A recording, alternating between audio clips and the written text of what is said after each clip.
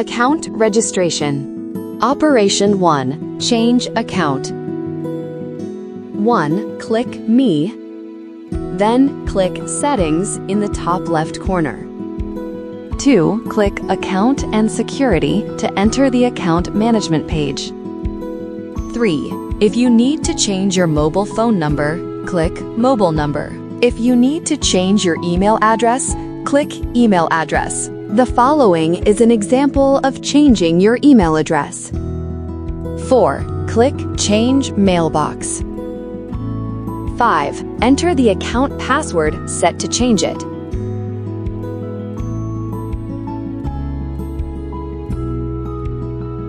Operation 2. Forgot password. If you forget your password, you can follow the procedures and retrieve it. 1. Click Forgot Password. 2. Enter the mobile number, email that you used to register and click Get Verification Code. 3. Enter the verification code you receive via SMS or email.